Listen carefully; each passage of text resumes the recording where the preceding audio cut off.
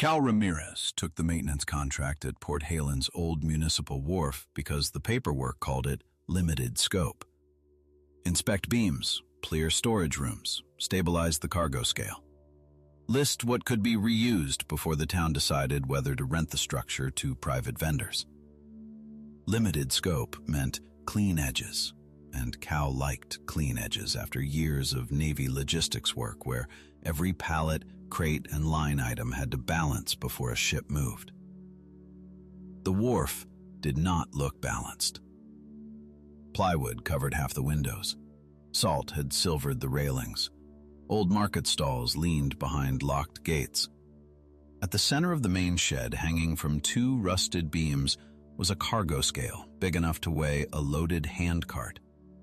Its round face was clouded with grime, its needle resting below zero like it had grown tired of pretending. Beacon noticed it before Cal did. The dog walked beneath the hanging platform, circled once, and sat with his front paws exactly on a dark line in the planks. He was a lean, yellow dog with one ear that never agreed with the other, and he had spent enough years beside Cal to know the difference between wait and leave it. Cal gave neither command. Beacon waited anyway. At first, Cal thought the dog liked the shade. The wharf shed was cool under the roof, and the tide moved below with a hollow, patient sound. But when Cal stepped outside to check the pilings, Beacon stayed beneath the scale. When Cal called, Beacon looked toward the waterline painted on the nearest piling, then back at the scale.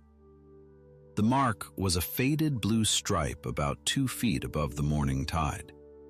Someone had painted numbers beside it long ago, but salt had eaten most of them away. Cal wrote the height in his notebook and moved on. 3 hours later, when the tide reached the blue stripe, the scale needle moved. Cal saw it from the doorway. The platform was empty. No crate, no cart, no rope tied to it. Still, the needle lifted from below zero, trembled, and settled at the same number long enough for Cal to cross the shed and wipe the glass with his sleeve. 46. Beacon stood beneath the platform, tail still, eyes on Cal. The needle held for nearly a minute. Then, as the tide rose past the stripe, it eased back down and rested below zero again. Cal did not believe in haunted machinery. He believed in counterweights, swollen wood, cables, leverage, and hidden pressure. The wharf was old. The scale was older. Somewhere below the planks, the tide was touching a chain, a float, or a warped beam. That was all. It should have been all. The next day, Beacon brought him back to the same spot 15 minutes before the tide reached the blue stripe. Cal had not planned to wait. He had planned to photograph the roof trusses and inventory the storage lockers. Beacon sat under the scale and refused to move. Cal checked his watch, checked the tide table, and felt an unwilling respect grow in his chest. At the stripe, the needle rose again. 46. This time, Cal was ready. He lay on the planks with a flashlight and looked through the gaps. Under the platform, a secondary cable ran down through a slot in the floor and vanished toward the water. That made no sense for a simple cargo scale. A weighing platform should hang from above. This one had a second system below, hidden where a casual inspector would never look. Beacon lowered his nose to the plank line and sniffed along it until he reached a trapdoor half concealed by sawdust and old wax. Cal pried it open and found a narrow service space beneath the scale. Inside were pulleys, a float box, and a small iron weight stamped with the number 46. Not magic. A tide trigger. Cal liked the answer and disliked the questions it opened. Why would anyone connect a cargo scale to the tide? Why hide a 46-pound weight under the platform? And why did the old blue stripe mark the only moment when the needle told the truth? He found the first clue in a crate stacked against the north wall. Most of the crates were empty and ordinary, but 3 had the same stamped symbol, a circle divided into 4 equal parts. Beneath the symbol were initials and a date from years earlier. One crate held folded burlap, another held brass tags, and the third held a bundle of paper slips tied with faded blue string. The slips were receipts, but not the kind Cal expected. They did not list prices. They listed weight, credit, and return. 46 standard crate north stall. 2 repair hours balanced by fuel credit. Market space shared, west table. Return weight by Friday. Cal read the receipt twice, then a third time. It was a ledger without a ledger. A transaction without money at the center. Goods, repairs, fuel, space, and time had been balanced through the Wharf scale. Beacon nudged another crate with his nose. On its side, barely visible under dust, was the same 4-part circle and the word, true.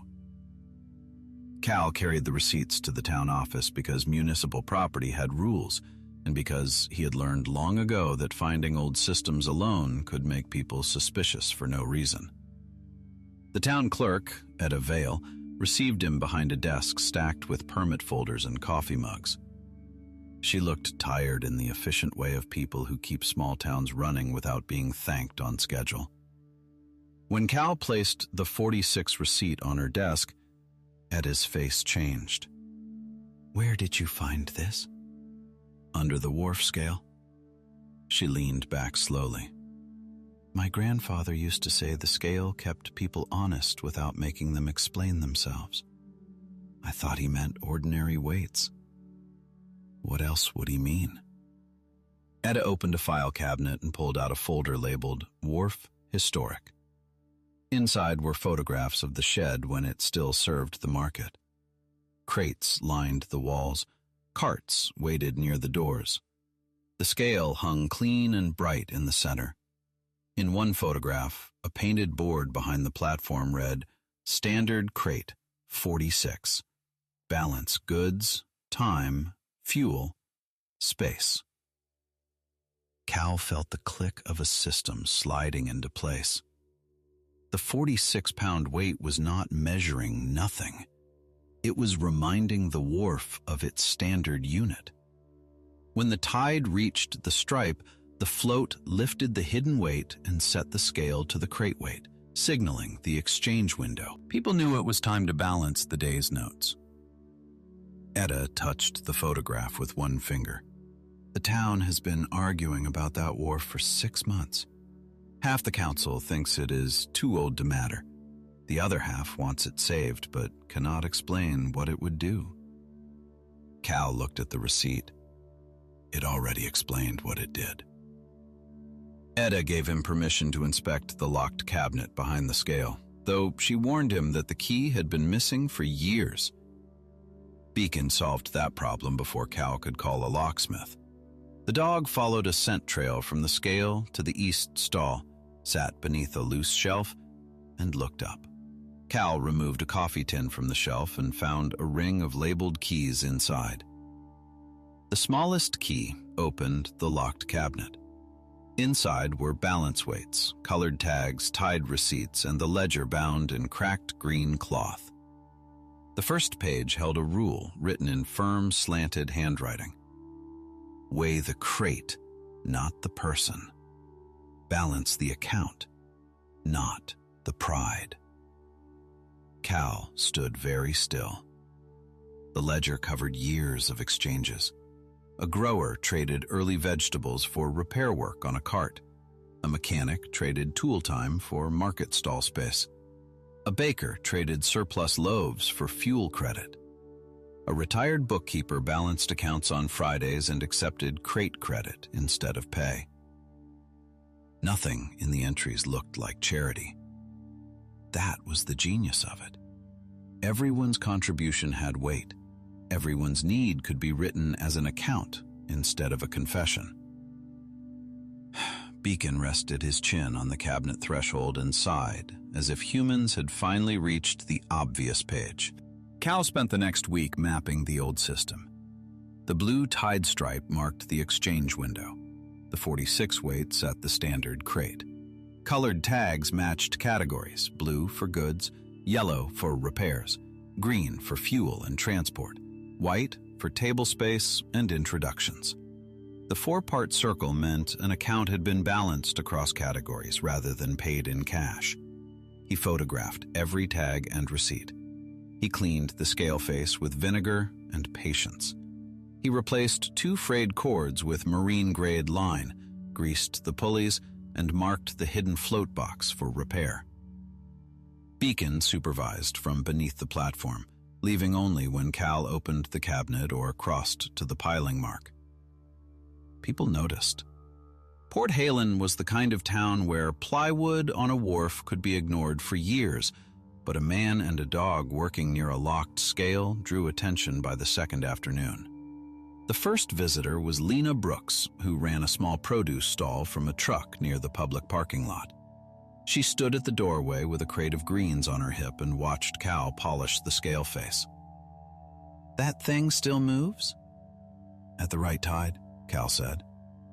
Lena set the crate down. "My aunt said the old Wharf scale could tell whether a deal was fair."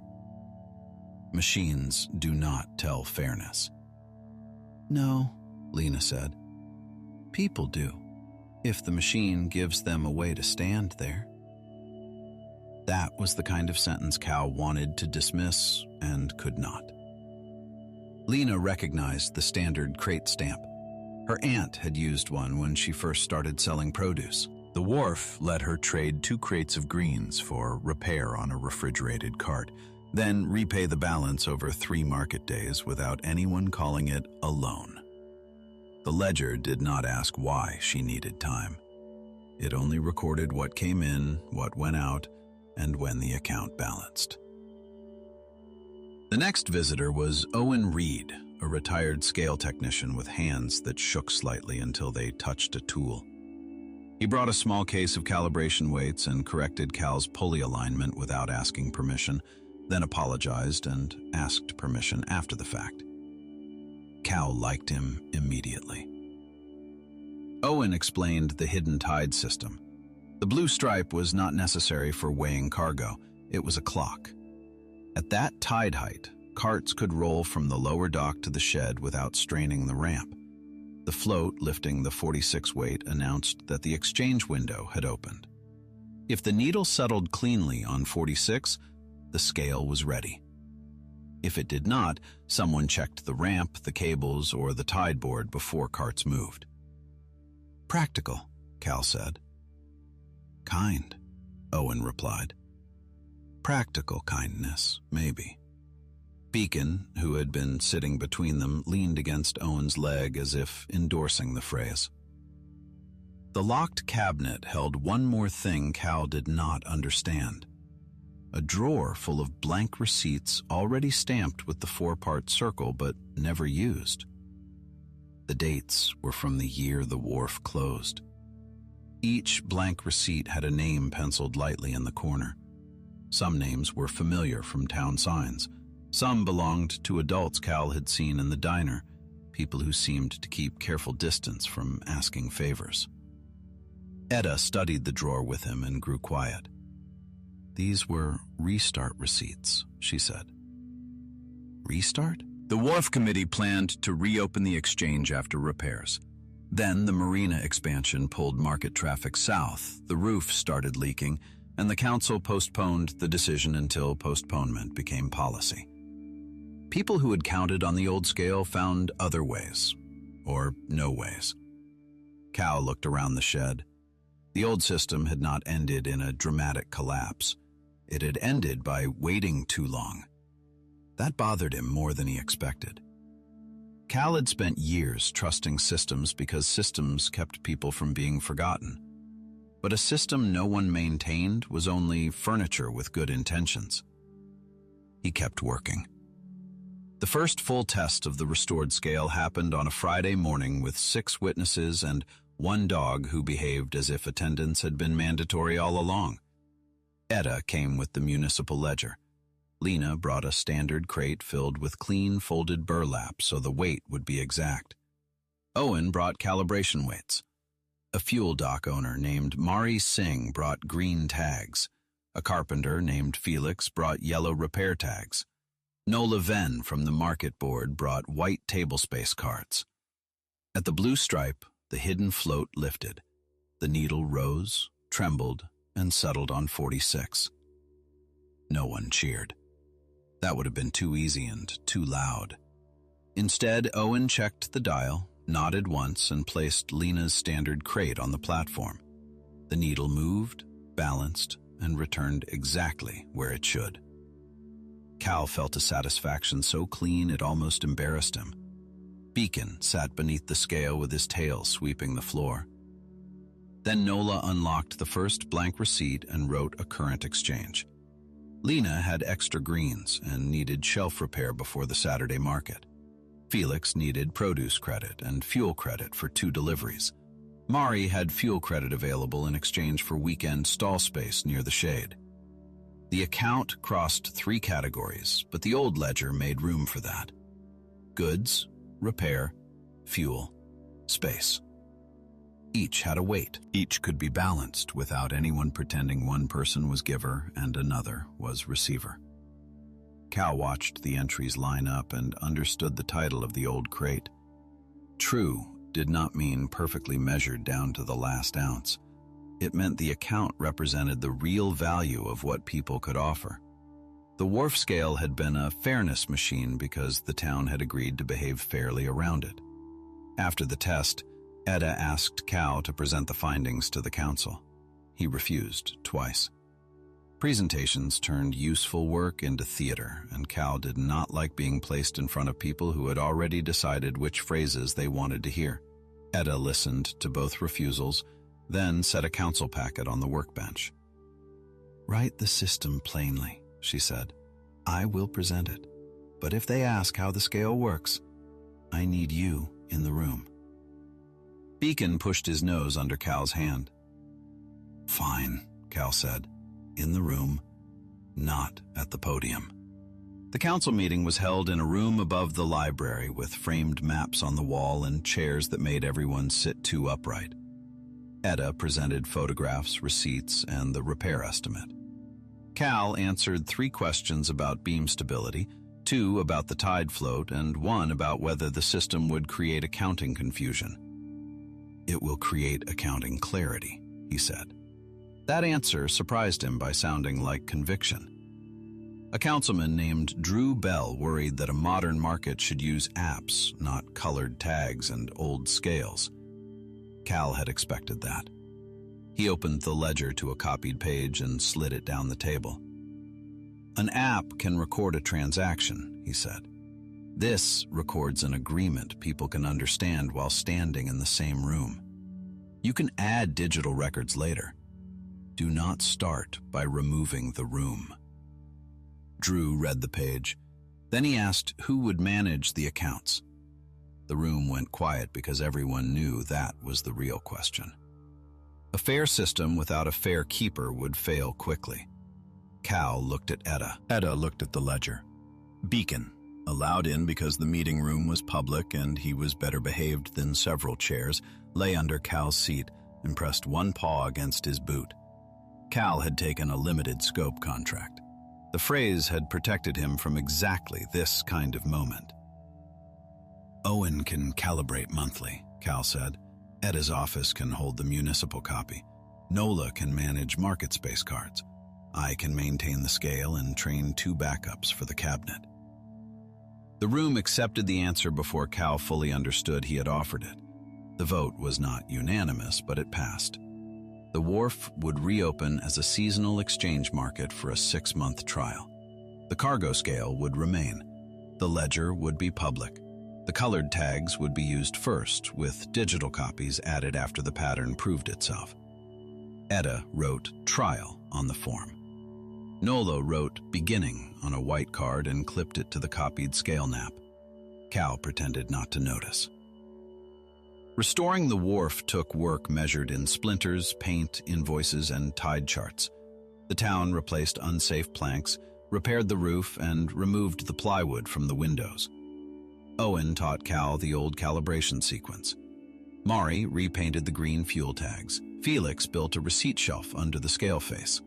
Lena washed every standard crate and stamped the 4-part circle on the clean sides. Beacon became responsible for the tide stripe in the way dogs become responsible for things no one assigns them. Twice a day, he walked to the piling, sniffed the blue mark, and sat until Cal checked the water line. If a crate had been placed too close to the scale platform, Beacon nudged it. If someone left the cabinet open, he stood in front of it and stared at Cal until it closed. People began calling him the deputy, which Cal allowed because Beacon did not seem to mind and because the title made nervous visitors smile. The first market day opened with the tide rising toward the stripe. Vendors arrived slowly, unsure how much of the old routine would feel natural and how much would feel staged. Cal had worried about that. He did not want nostalgia with price tags. He wanted a working system. At the stripe, the needle rose to 46. Beacon sat beneath it. Lena placed a crate of greens on the platform. Felix clipped a yellow repair card beside her name. Mari added green fuel credit. Nola balanced the table space entry. The transaction took 4 minutes. It looked ordinary by the end of the 4th minute, which was the highest compliment Cal could imagine. Others followed. A baker traded surplus rolls for help repainting a sign. A dock cart owner traded transport time for a repaired canopy strap. A bookkeeper offered Friday account help in exchange for a table near the east window. No one had to explain private circumstances. The ledger asked what was offered, what was needed, and how the balance would be completed.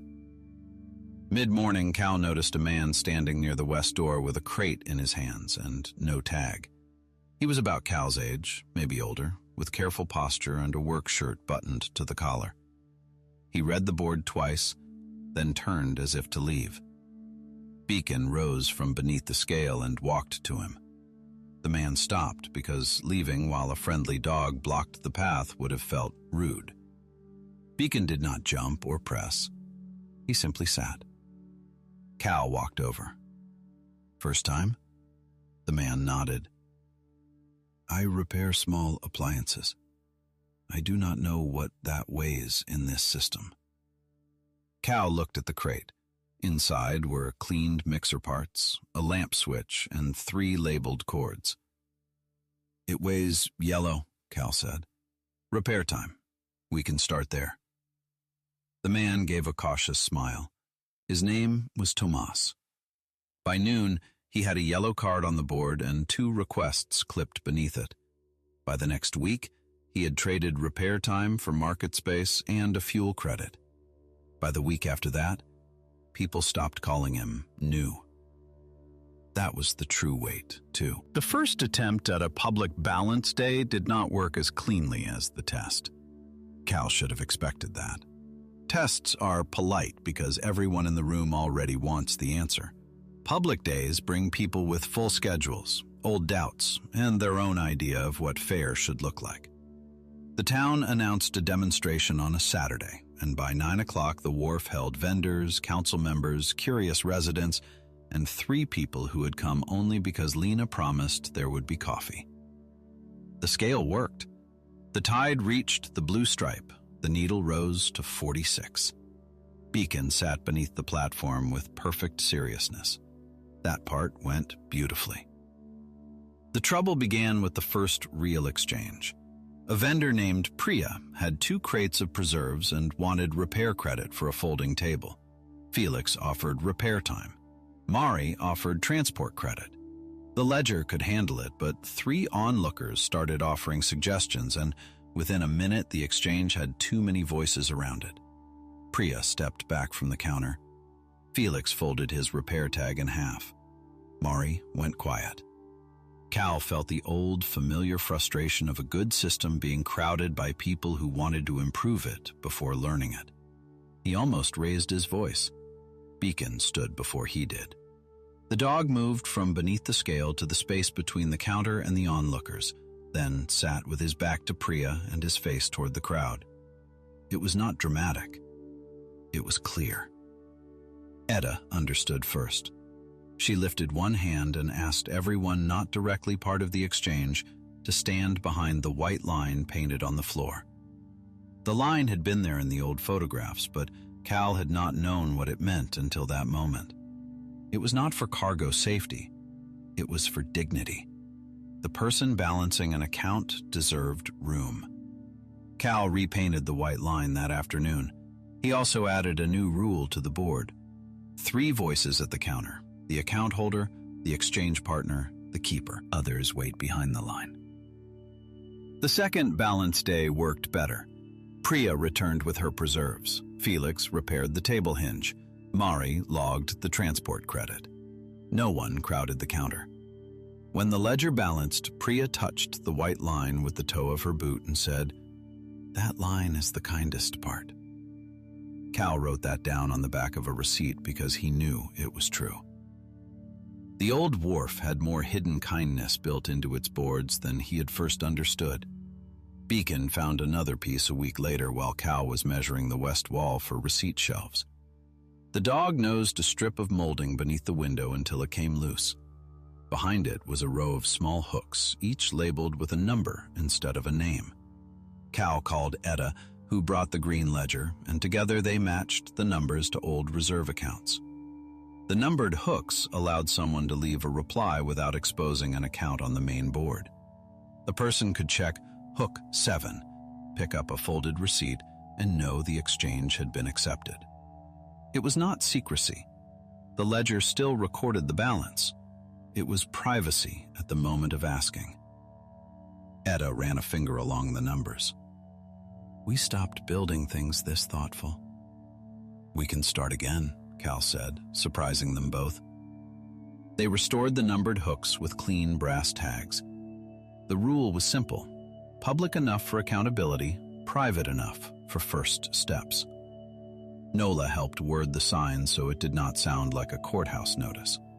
Beacon sat through the entire discussion and sneezed whenever anyone used too many official words, which proved useful. Another hidden feature waited in the crate stamps. The 4-part circle was not one mark. It was 4 rotating stamps fitted together. Cal discovered this when Owen brought a magnifying glass and pointed out tiny alignment notches.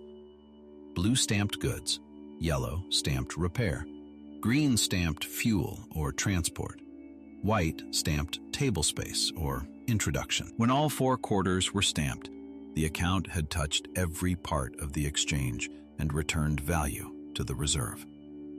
The old keepers had not been romantic. They had been precise. Cal began to admire them the way he admired a well-built hinge. They had understood that fairness needed friction reduced at every point. Clear lines, standard crates, tide timing, private hooks, colored stamps, a reserve account. A dog was not in the original design, but Beacon made the design easier to trust. The town began using the system in ways Cal had not predicted. A retired teacher offered handwriting labels for vendors whose jars and crates needed clearer tags. A bicycle mechanic took yellow repair credit in exchange for a shaded table where he could tune market carts. A woman who made sturdy aprons traded white introduction credit for help meeting stall owners before her first Saturday. None of it looked like rescue. It looked like a market learning how to receive talent without making newcomers perform confidence they did not feel yet. Cal had to learn too. One Thursday, Etta brought him a folded blue receipt and said it had been left on hook 3. It requested maintenance advice for a portable scale used by a roadside produce seller outside town. The seller, Marin Cole, could not bring the scale in because she used it daily. She offered 2 crates of apples and label help in exchange for a visit. Cal's first instinct was to say the Wharf system should stay at the Wharf. Clean edges, defined boundaries, limited scope. Then Beacon put one paw on the blue receipt and held it there. "You are not subtle," Cal told him. Beacon looked pleased. Cal drove out that afternoon. Marin's roadside stand sat under cottonwoods beside a farm lane, neat but plainly stretched thin for time. Her portable scale was not inaccurate. It was set on a warped board that changed with humidity. Cal leveled the stand, showed her how to check it with a standard weight, and wrote the fix on a yellow card. Marin paid the exchange with apples and 2 hours lettering crate signs at the wharf. On the way back, Cal realized the system had expanded without losing itself. It was still the wharf scales ledger. The work simply traveled where the balance required it. That night he added mobile check under yellow repairs and drew a small cart symbol beside it. Owen approved the symbol. Nola improved it. Beacon sniffed the finished card and did not object. Not everyone trusted the reserve account immediately. A vendor named Alton refused to use it because he did not want to owe people he had never met. Cal understood that objection more than he admitted. Owing the past could feel as uncomfortable as owing a neighbor. Etta handled it by showing Alton the reserve ledger. The account was not a favor from invisible benefactors. It was surplus value deliberately left open by previous market members. Some had added an extra repair hour. Some had donated table space. Some had returned fuel credit unused. The reserve existed because people before him had known that starting is expensive in more than money. Alton read the entries, then asked if he could draw half a crate instead of a full one. "Yes," Etta said. That answer did more for the reserve than any explanation. After Alton used half a crate of table credit and paid back a full crate in repair time 3 weeks later, others began to trust the account. The reserve did not shrink. It moved. Cal's own account remained unofficial until Lena called him on it. "You keep maintaining the scale," she said one evening while they stacked crates, "but I do not see your yellow tag on the board." "Municipal contract," Cal said. "After hours?" Cal lifted a crate and pretended it needed his full attention. Lena waited. Beacon sat beside her, which Cal considered unfair. The next morning, Cal posted his first personal yellow tag. Scale maintenance, after hours, credit to reserve. It felt strange to write his own work into the ledger, as if making it visible made it less clean. But when the week ended, Etta balanced the account and showed him how his hours had funded 2 first-entry credits and a repair lesson at the south table. "Your work has weight," she said. Cal looked at the ledger. Apparently. It was easier to believe when the scale said so. The third balance day brought the earned turn Cal had not known the story needed. The tide was late against the printed chart because of steady wind, and the water hovered below the blue stripe while vendors waited with crates ready. A few people grew restless. Drew Bell, the councilman, checked his watch and muttered that digital scheduling would avoid this. Owen shook his head. Digital scheduling would tell you when the tide was expected. The stripe tells you when the ramp is ready. Cal watched Beacon. The dog sat near the piling, not the scale. He had not moved to the platform because the water had not reached the mark. The old system was refusing to hurry, and the dog agreed. When the tide finally touched blue, Beacon stood and walked beneath the scale. Cal pulled the float release. The needle rose to 46. The ramp angle settled. Carts rolled without strain. Drew said nothing for a while. Then he helped push the first cart to the counter. That afternoon, he asked Cal whether the digital record could include a tide stripe confirmation instead of replacing it. Cal said yes, and meant it. The modern copy became useful once it stopped trying to outrank the Wharf. Etta's office entered weekly totals so the council could see activity. But the real exchanges still began at the counter, with colored tags, standard crates, and the white line giving people room. Technology became the backup, not the heart. Cal found peace in that compromise. He was not against new tools. He was against tools that removed the place where people learned to trust each other. As autumn approached, the Wharf began holding Thursday ledger hours. People came not only to balance accounts, but to learn how the system worked. Owen taught calibration. Etta taught receipt entries. Nola taught stamp alignment. Lena taught crate care. Cal taught pulley maintenance and how to check the tide float without over-adjusting it. Beacon taught patience by lying across the doorway until late arrivals slowed down. One evening, after ledger hours, Tomas, the appliance repairer, stayed behind. He placed a small desk fan on the counter, repaired and polished. "For the office," he said. "No charge." Cal reached for a receipt. Tomas shook his head. "Reserve already balanced me. Let this keep the room comfortable." Cal accepted the fan because he had learned refusing every gift could become its own kind of pride. He placed it on the ledger shelf. The next day he wrote, "Fan, office comfort, Tomas, reserve goodwill," in the notes column. Etta told him goodwill was not a category. Nola told Etta it was now. The ledger remained plain, but it had room for that. Near the end of the first month, Cal found one last envelope taped under the ledger shelf. Beacon found it first, of course, by sitting under the shelf and refusing to move until Cal looked. The envelope held a receipt written by the old scale keeper, Elena Ward. "For whoever restarts the scale, do not let them turn it into a monument. We built it so adults could stand equal at the counter. Keep the crate standard. Keep the ledger plain. Keep the dog if one appears. Dogs notice unfairness before committees do." Cal read the last line aloud to Beacon. Beacon wagged once, as if accepting a compliment from a professional colleague.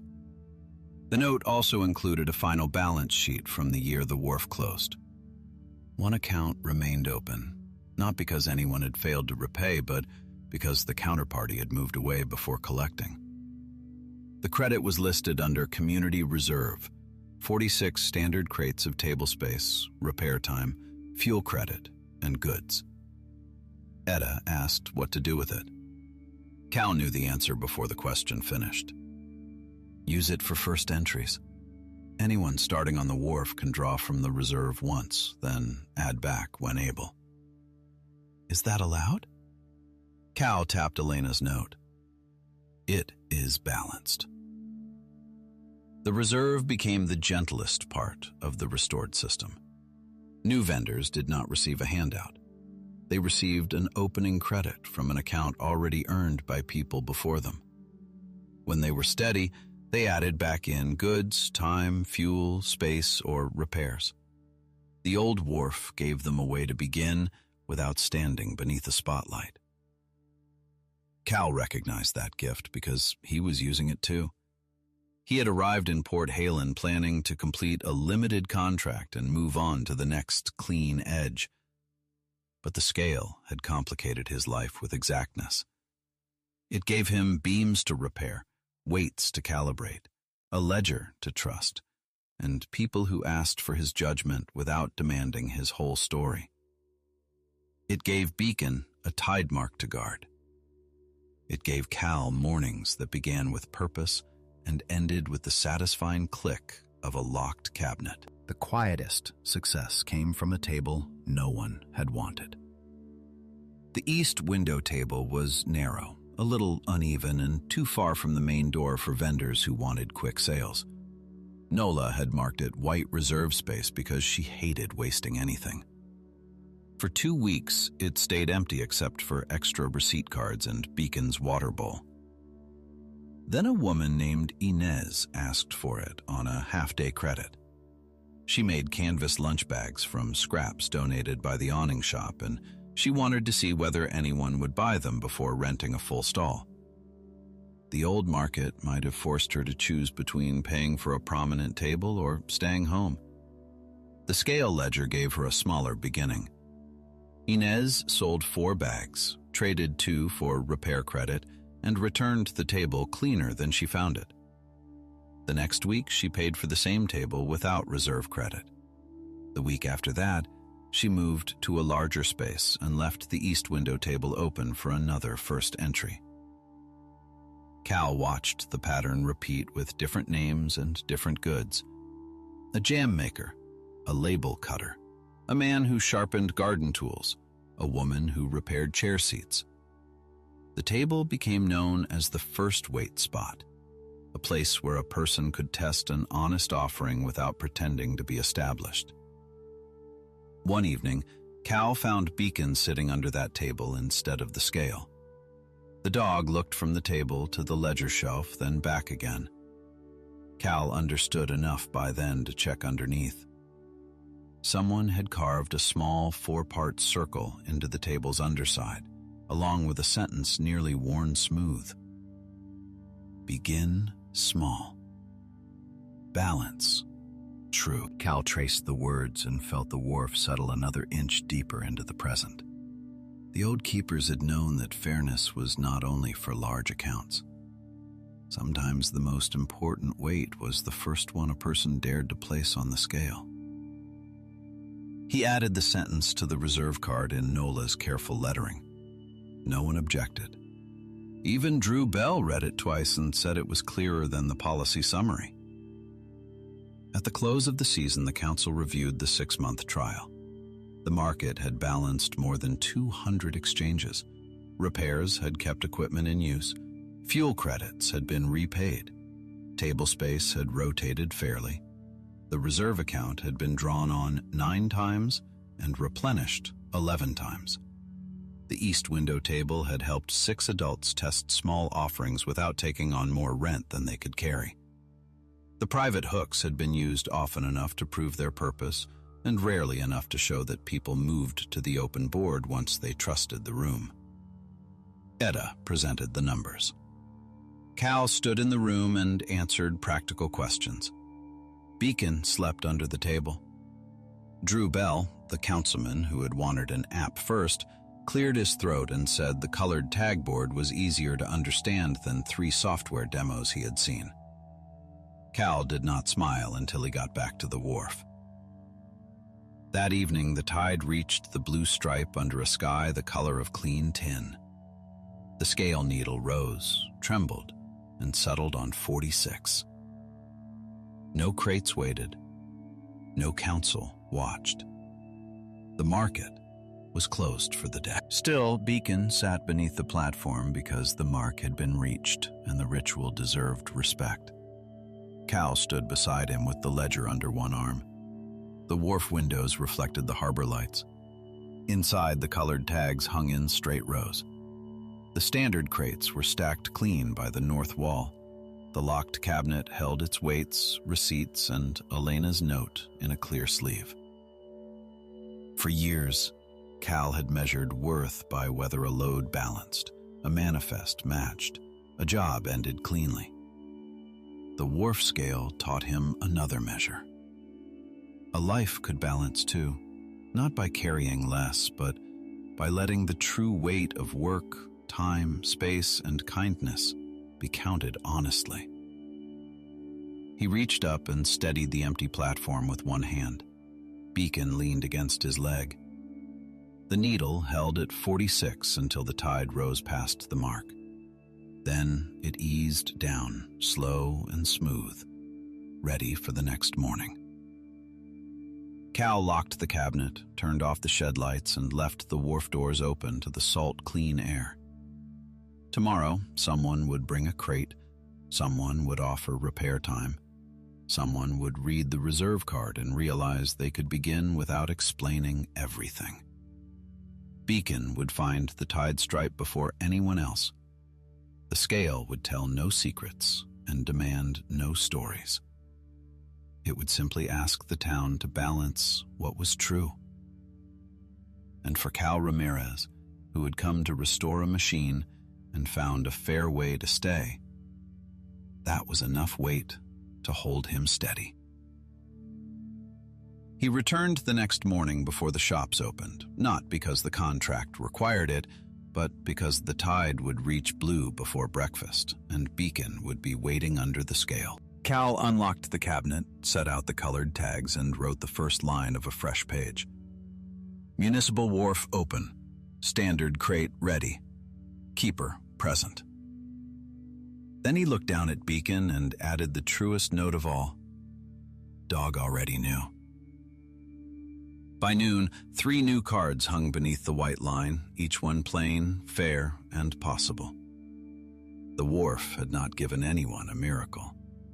It had given them a counter, a scale, and enough room to stand equal while beginning again, one balanced entry at a time, with Beacon keeping steady watch nearby, there each morning after sunrise.